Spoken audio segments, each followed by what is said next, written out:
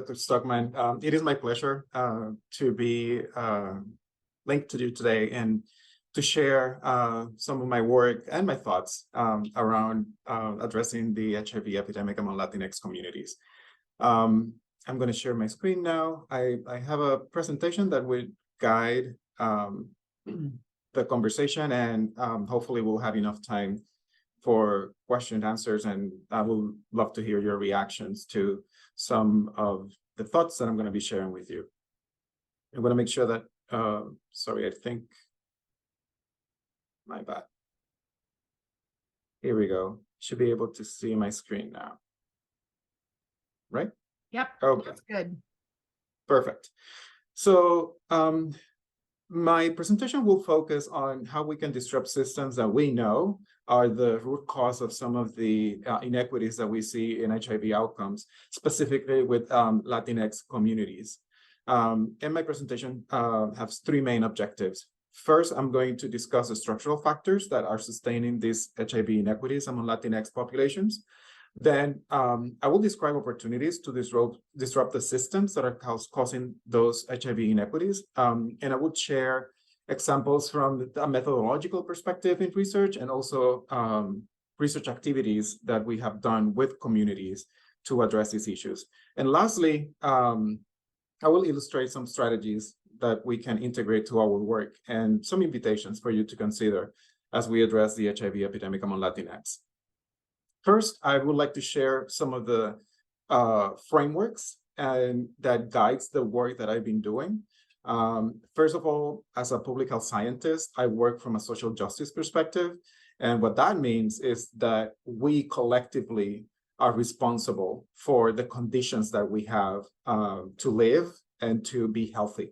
Therefore, because we are responsible, we can engage, and we should engage with each other and collaborate to see improvements in our health outcomes. That is one of the reasons why I have always done community engaged research. Most of the time I use community-based participatory research to contribute with communities to improve their ability to stay healthy. And in this particular case, I will share with you how we've done it for HIV outcomes. Also, I do my work understanding that our experiences intersect and that we are not unidimensional. We are not only Latinx, we are also migrants, or we're residents, and we might be perceived by others with different characteristics. We all have a sexual orientation. We all have been positioned in a social class. We have different abilities, and our age might define how we experience life and health. So we try to address all these issues.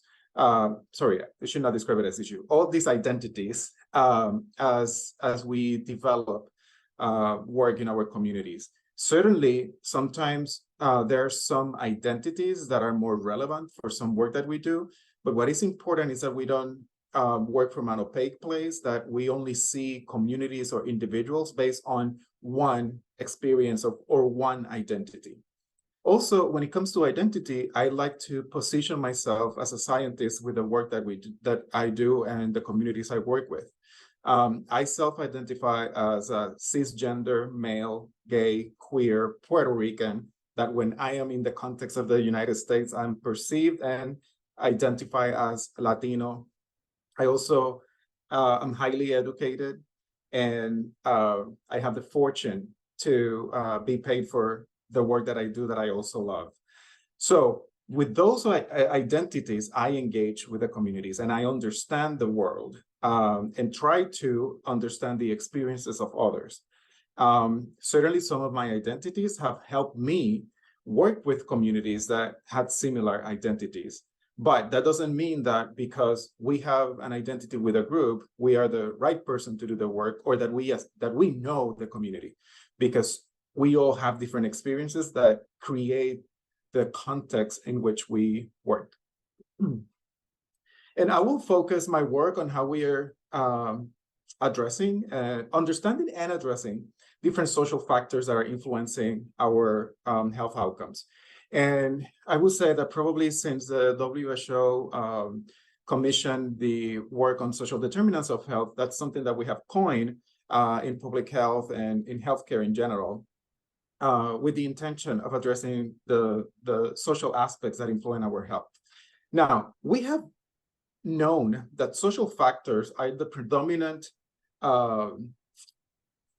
reason why we see certain health outcomes in communities and individuals. So it's not new, but certainly now it's more popular and palatable to talk about social determinants of health. One of the problems is that although we talk a lot about social determinants of health, we are not necessarily doing much to change social factors.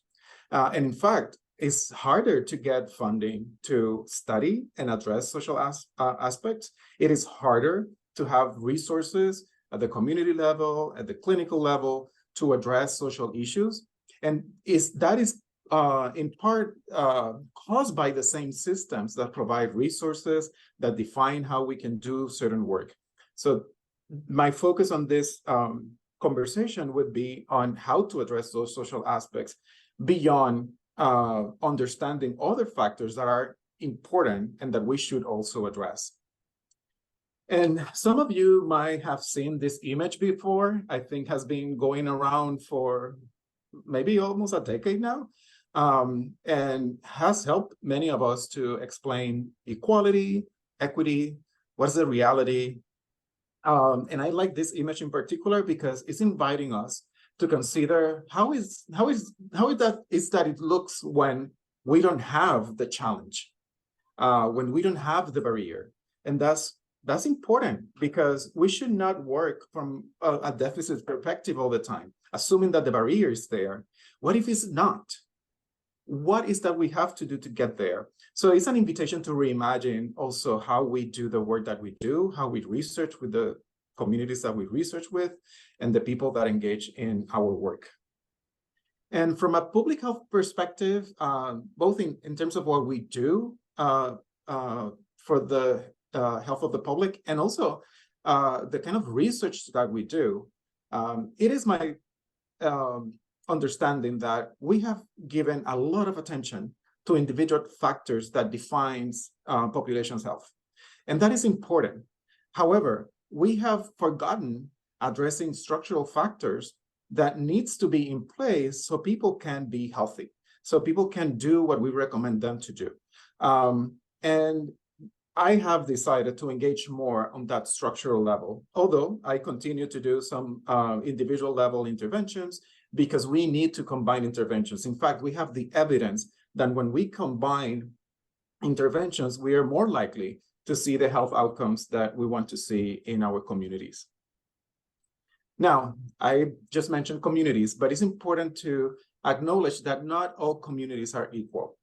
There are some communities that don't have resources. There are communities that we are deliberately, as society, marginalizing by not providing resources, by not addressing the issues that they are experiencing, and not understanding and acknowledge that creates problems for the kind of work that we do, and also how we translate the work to the community so they can do something. I invite all of you to challenge how we use resilience as a way of describing these communities, because resilience could be a very strong positive factor among people and communities, but it's from a deficit perspective again. We are kind of acknowledging that we are not doing what we should be doing, and we applaud communities that are surviving, and that's not good. That's wrong, and we should be accountable for that. So I mean, in some instances, and I will provide some examples here, communities are resistant, are not being resilient. They are just barely surviving, because if they don't have the resources, and if they're still trying to do something, calling that resilience is irresponsible. And I will share some examples shortly. So now, during this presentation so far, I use Latinx as a way of describing the population. I also use Latino to self-identify. However, who are Hispanics, Latinos, Latinas, Latinx in the United States, and how and when to use this language? First of all, in my presentation, I don't use the word Hispanic. If, I'm not going to get into the lecture of history, but the origin of the term Hispanic is fundamentally racist by defining people that speak a Romance language, Spanish to be more specific. I use Latino, Latinas, and Latinx according to the population that I'm referring to. And often I ask people, in my research, I ask people how they self-identify. And that's the terminology that I use. So shall we Latino, Latina, Latinx, or not? When it comes to the use of the X, I would say first that some might argue that this is something coming from academia, that the communities are not self-identifying like that, that we are trying to be very politically correct and to be gender neutral. And others will say, well, this is great because in some of the indigenous languages that are common to some Latinos, the use of the X comes from indigenous communities, and it does reflect that it is not a colonization of the language. So with those perspectives, I have some recommendations that, to share with you on how I use the language. First of all, to be gender neutral doesn't mean that you're being gender inclusive, right? So look at how is that you're addressing this issue. If you want to know which term to use, ask people. That's the easiest way. And the term is political. Right now, the identities of certain groups have been has been erased, or there are there are actions that are trying to erase certain identities, can be seen as a process of colonizing the language, as I mentioned. Others might disagree with that. But it is political, and we're seeing it by governors and some other politicians taking action on erasing the self-identification of as Latinx. And here are two examples.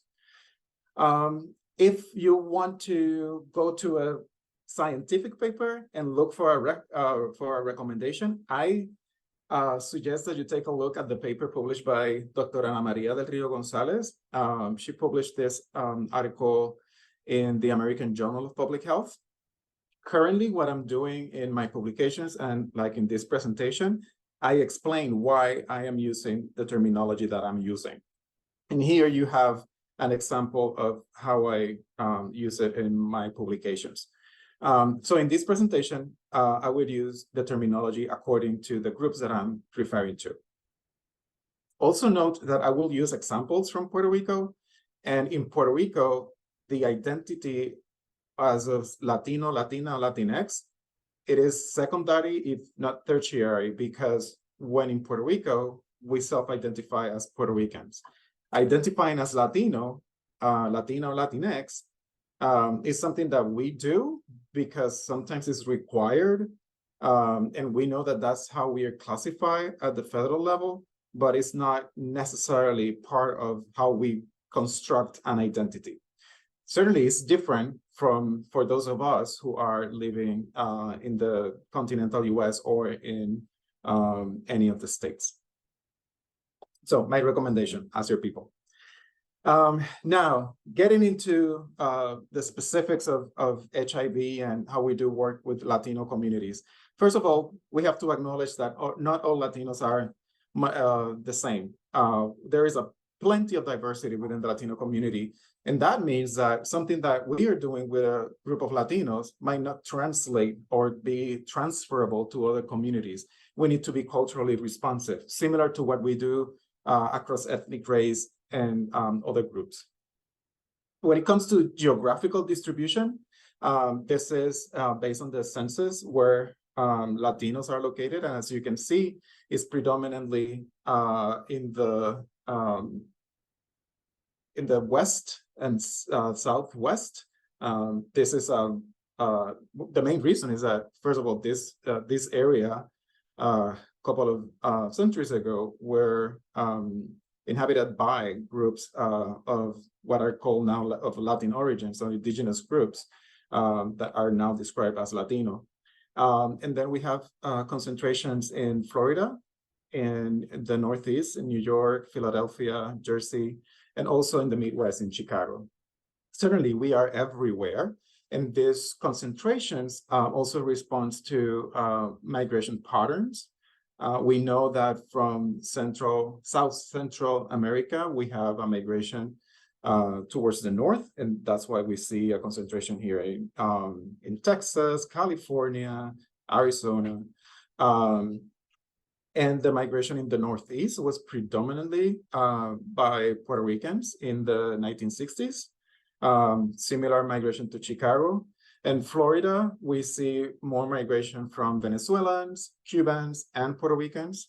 And in fact, the largest migration out of Puerto Rico happened in 2017 after the impact of Hurricane Maria in the country. Now, as I mentioned, who is Latino? And in terms of population rate and compared with within the United States, the number of Latinos, Latinas, Latinx have increased over time. However, who self-identify as Hispanic or Latino is changing. As you can see here, most of the foreign-born Latinos self-identify as Hispanic, and I'm using this language from the Pew Research Center.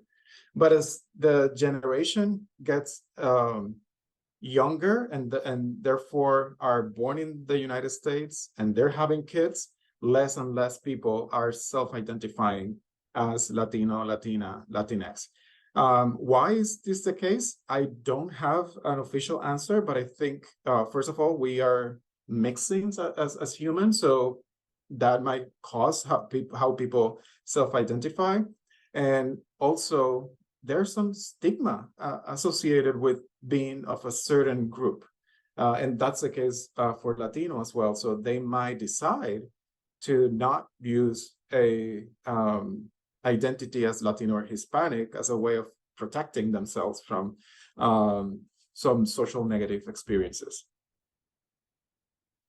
Now, looking at health outcomes, as I mentioned, a significant portion of Latinos are migrants to the United States, and particularly for those who are undocumented, the health outcomes are worse than compared with those that are documented.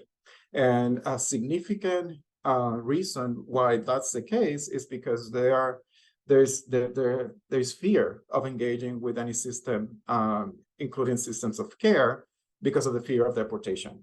And we have seen the narrative, and that narrative that we see on TV and the media about how migrants are perceived and how they have been pushed away and they're perceived to be a problem when they come, certainly affects how people want to engage with anything official.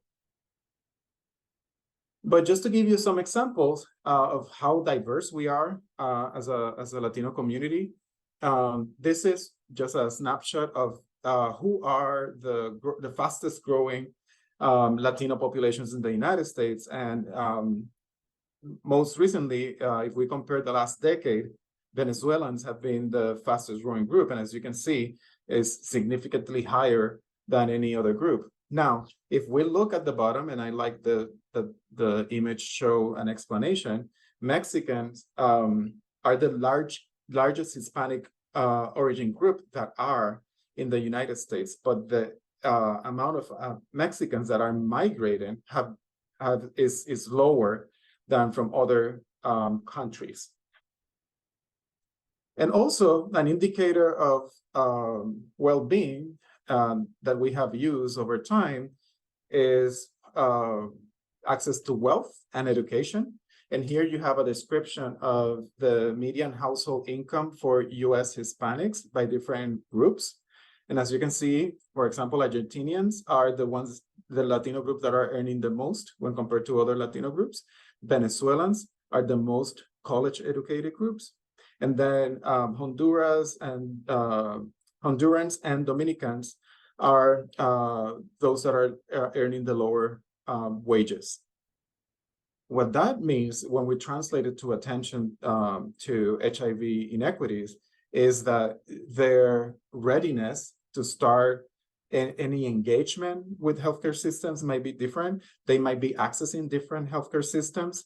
They might have different resources that they can use for their well-being. So again, just a few examples of the differences within our communities. Now, let's go specifically to HIV. Dr. Fauci, one of his legacies is sharing with us that we have all the tools that we need to end the epidemic. First, from the prevention perspective, we have tests, we have interventions for counseling, we have biomedical interventions that can help decrease the numbers of the incidents. On the other hand, for people with HIV, we have services, we have clinical care, we have medication, and we have even come up with approaches that are at the entry level, treating everybody the same and providing the services according to their needs. And U equal U is such a model that allow us to have a status neutral approach to the work that we do. Now, I don't think that to any of you this is new, but as of 2019, we have set the ending of the HIV epidemic, or EHE plan, and we are in phase 1 still. And this phase is focusing on several states, jurisdictions, and includes San Juan, Puerto Rico, which is one of the areas that I do work and do research. Now, how is HIV impacting Latinos? So although we represent about 20% of the overall population, Latinos represent nearly 30% of all the new cases of HIV as of 2021. So there is a disproportionate burden. Almost a third of the new cases are among Latinos. And then when we looked at the populations more affected, men who have sex with men, or sexual minority men, have seen in general a decrease in new cases. And these are the numbers for all MSM, white MSM, and Black MSM. But unfortunately, from 2008 to 2021, we saw an increase on new cases among sexual minority men who self-identify as Hispanic or Latino. And also, unfortunately, when we look at a population that is disproportionately affected by HIV, who are transgender women, almost 80% of all the transgender women that are Black or Hispanic, the Black and Hispanic transgender women represented 80% of all the transgender women that were newly diagnosed as a report for 2020 from the CDC.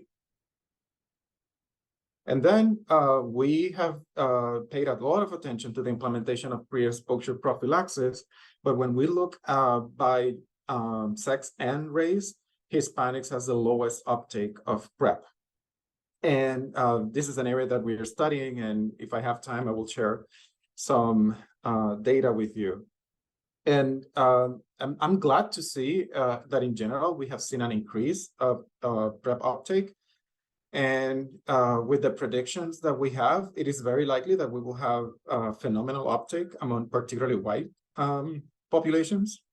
So we might end up having an end to the HIV epidemic, but among specific groups rather than at the population level as we aspire. And this is what I'm referring to. These are indicators of PrEP use by race, ethnicity, and also the PrEP to need ratio. So although we're seeing an increase of PrEP use, which is great, that increase is much more significant among white than Black and Hispanics or Latinos. Now, we know the problems, and we know that our structural factors that we need to address in order to improve the health outcomes related to HIV prevention and HIV risks. We need to work with the intersection of racism, xenophobia, stigma. We need to work with economic and legal hardship. There are issues related with the socio-political aspects that Latinos are confronted with. So certainly, these social factors can be addressed. And if we need more evidence that these are social factors that require our attention, here are a comparison with the more traditional social determinants of health that we discussed. And in all of them, Latinos are presenting a worse outcome or a worse indicator when compared to the US general population. Latinos are poorer, Latinos have less health insurance, Latinos have less lower education, have a lower income, experience more food insecurity, and experience more unemployment.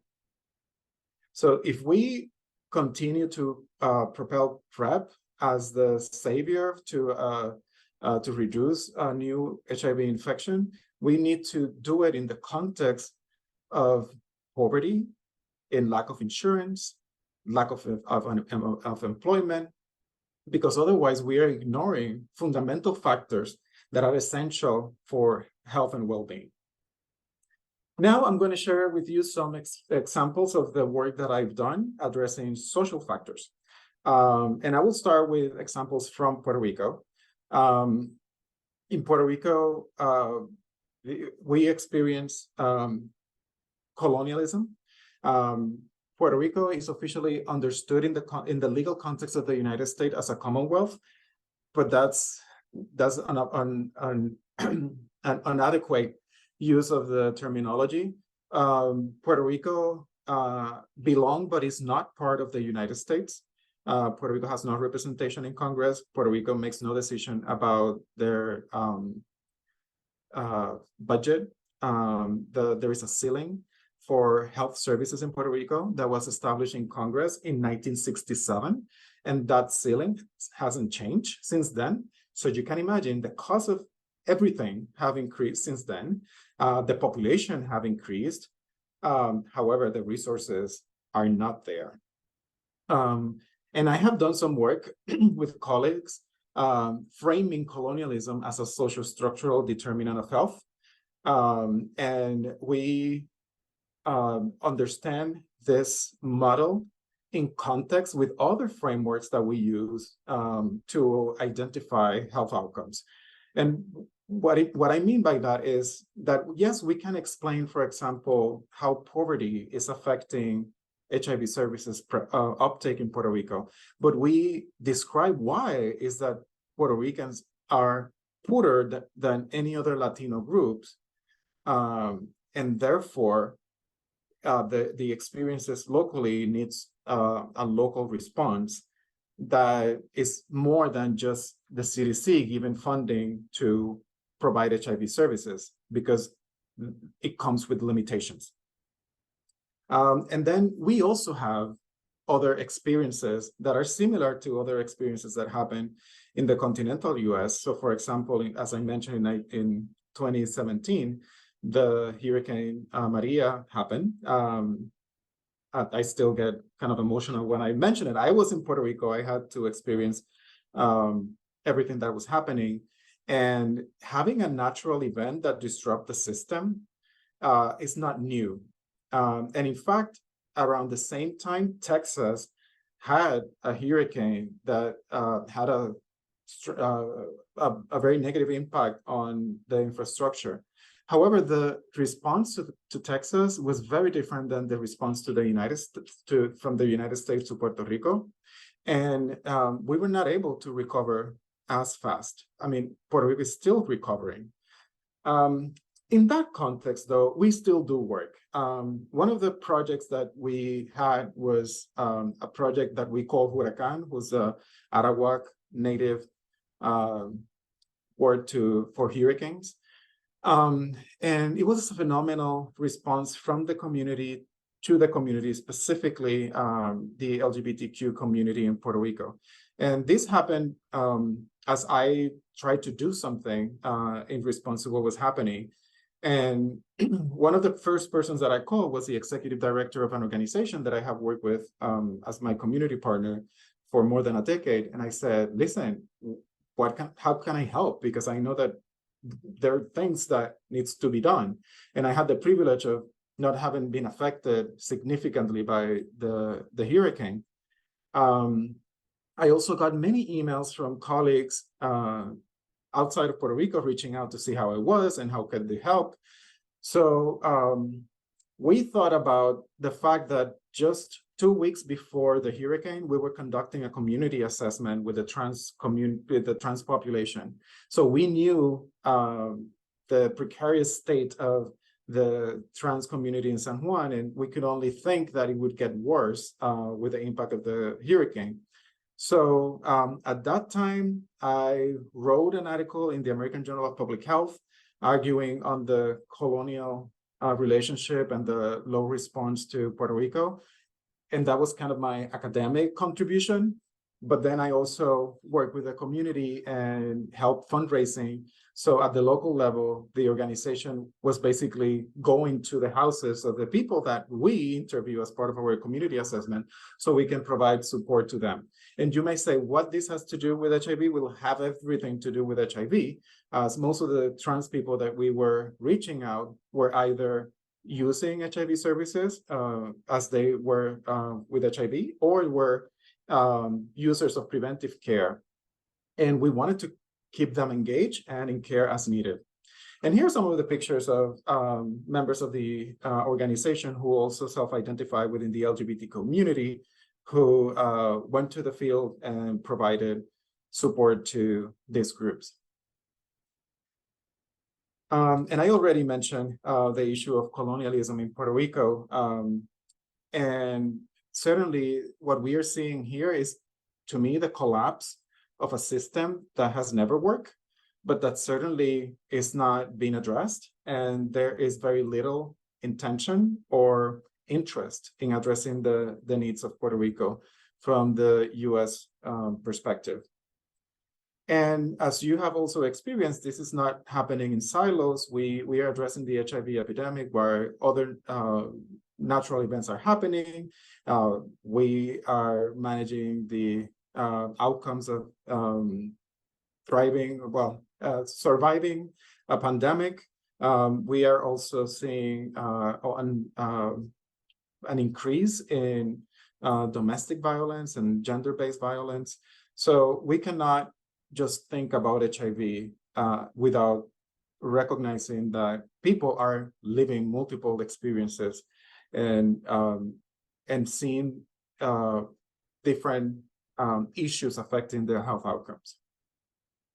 I have mentioned race as a big issue in the context of the United States, but I didn't want to go on and provide more examples without also addressing racism in the context of Latino communities. And my colleagues from Puerto Rico just published this paper on colorism. And colorism can be measured. There are reliable measures to ask people, how do you self-perceive in terms of your skin color?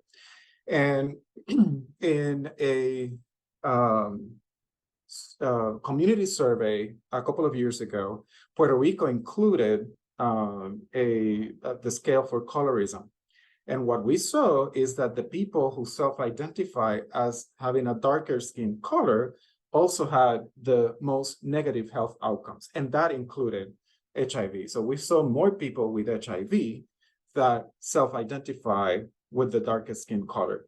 And this is not only an indicator that we should consider more within groups in the Latino community, but also but we have to ask this more often and demystify the notion that within groups, racial ethnic groups, there are not issues about how they're presented and how they're perceived, because that's a proxy of what we call racism, just based on race of ethnicity. So with all of this in context, one of the efforts that we have developed is to continuously engage with the community as the center for the response to the HIV epidemic. And it's not new, this notion that the community should be center in the research that we do. However, I think it's being enforced more, it's been encouraged. Although I have to admit that not everybody is ready to work with communities. Not all research is appropriate for communities.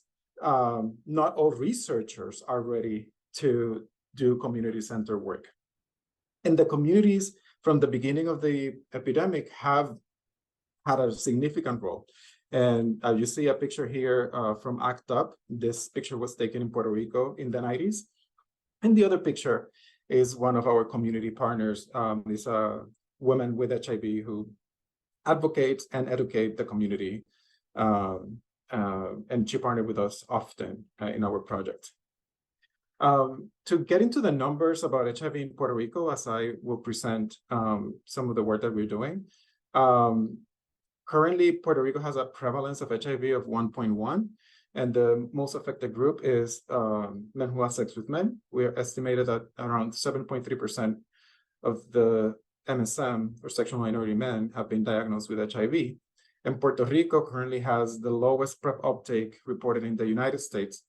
And that's paired with having the highest level of HIV status on awareness, particularly among sexual minority men. So as part of the HIV EHE initiative, we got a project funding to develop what we call the Government Community Academic Partnership to end the HIV epidemic in Puerto Rico. We call it GCAP. And we followed a model that was used several years ago in the DC CFAR, and also in work led by Dr. Giordano in Houston. And basically what we have is a group with representatives from all these sectors. And we meet regularly every 2 to 3 months to discuss what's going on in terms of the response to HIV in Puerto Rico. And this is a model by itself because it's serving as an opportunity for everybody to know what everybody's doing, and also to discuss opportunities to collaborate or to respond to certain issues. In every meeting that is now virtual, we discuss we have basically the same agenda. We have a member of government giving an update on the work that government is doing and the statistics. We have community partners that are either sharing new projects that they have, new interventions or needs. And then we have academic partners that are either presenting results or outcomes from previous work, or are sharing ideas for how to solve some of the issues shared by government and community in previous communications, or are presenting ideas on future research. So here are some pictures. Initially, we had an in-person meeting. This is 2019. Then it was better for everybody to do it virtually, and so we continue to do so. This has also served to develop grants together that are community-centered. And last time we counted, since 2019, we have developed 9 projects with academic partnerships, and 7 of those projects have been funded. And these projects are not all research. There are also some evaluations and interventions. Now, another contribution that we have done is to develop methodologies that are community-centered and that can help us understand better our communities and address their needs. Recently, I worked with colleagues at the University of Miami, and we developed this paper on how to use rapid qualitative analysis with Latino communities. And we presented 3 different scenarios, all related to HIV outcomes. And we developed what we are calling EARS, which is basically how to use rapid qualitative analysis by engaging Latino populations. This is open access, so if you're interested in qualitative analysis and to do rapid qualitative analysis, this could be a good guide on how to do it, engaging Latino populations. And by the way, for those who are might not know rapid qualitative analysis, this is an approach that is recommended when we need to have findings relatively quickly so we can take action. And it keeps the rigorosity of qualitative analysis, but having a rapid approach. We use it during the pandemic the beginning of the pandemic in 2020 to identify challenges in the provision of HIV care. I did it with the Latino community in Washington, D.C., and currently we're doing it with populations in Puerto Rico in context with the changes made in the healthcare system based on the response we had to the COVID pandemic. So for those of you, we can chat more about using rapid qualitative assessment analysis. I will also say that it's extremely useful when we are doing implementation science research, because in implementation science, we're trying to move quickly. So the interventions are used in the communities that are aimed for. And often we do qualitative work to understand how certain things, how certain factors are influencing the implementation of an intervention. So rapid qualitative analysis help us moving faster, but with the same rigorosity. Now I'm going to share an intervention and research evaluation project that we developed to influence the system again. So the way we did this one, well, it's a long story, but let me tell you, it comes from the community. The community did everything, and we were academic partners in providing guidance on how to develop it. But really, we didn't have the intention of developing this intervention. And I was having a meeting with our community advisory board in Puerto Rico. And I had the idea of, well, I got to that meeting thinking of developing an R01 big grant to NIH to address transgender health in Puerto Rico. And I was presenting some outcomes from previous research. We discussed some collaborations that we had in place. And I started asking questions related to next research project. And one of the leaders from the trans community immediately asked me to shut up and said, Carlos, you know what the problems are. We need attention to the problems. We're done doing research, because how many more years would you take to do research to identify what we know already are the problems? We need money to change the systems that are the problem. And she was right. So rather than brainstorming for a research project, we brainstormed for an intervention. So we developed an intervention using the information that we had. In this case, we had conducted research that evidenced that healthcare providers were not competent in LGBT health. Many primary care providers were not,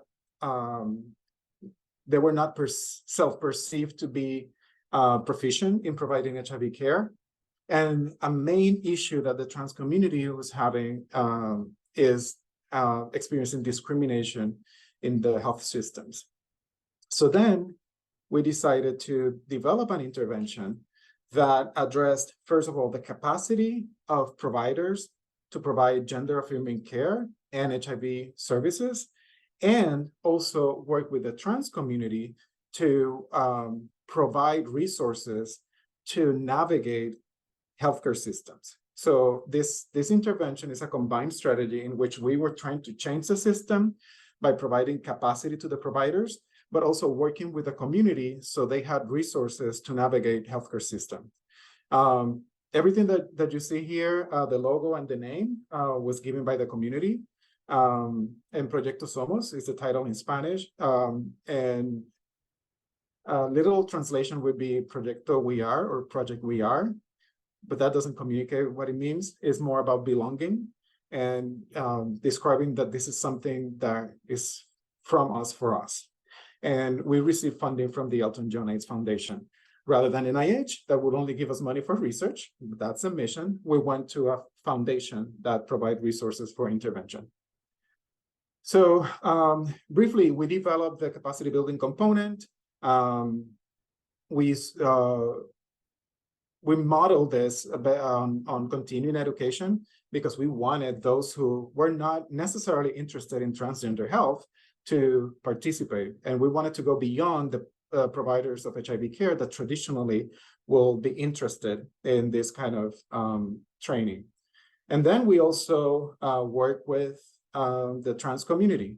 We run a pilot for transgender and gender nonconforming people. And something that we learned is that we shouldn't mix transgender man, transgender woman, and gender nonconforming because they have different experiences. And at the group level, it's better if you have more things in common than not.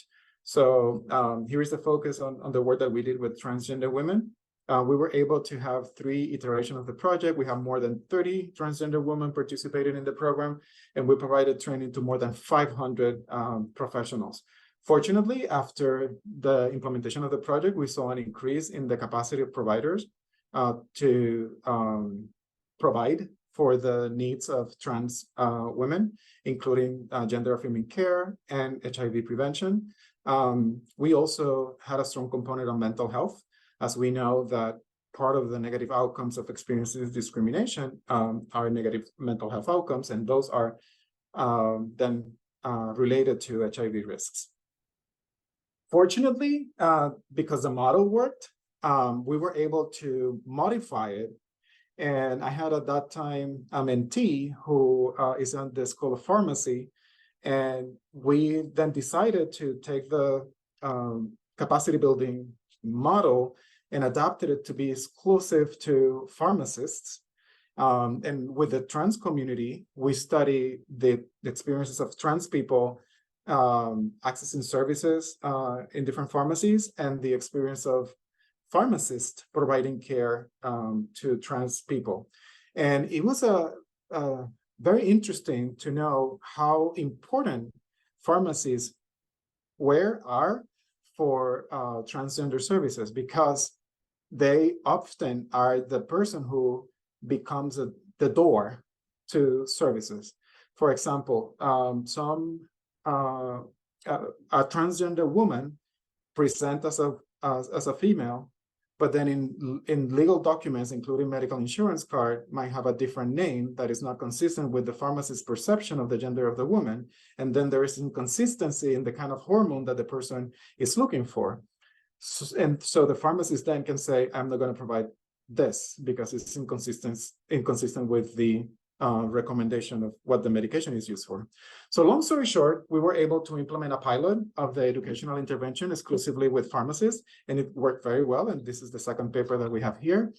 And now that curriculum has been taken by the College of Pharmacists in Puerto Rico, and they are requiring all pharmacists to complete that curriculum.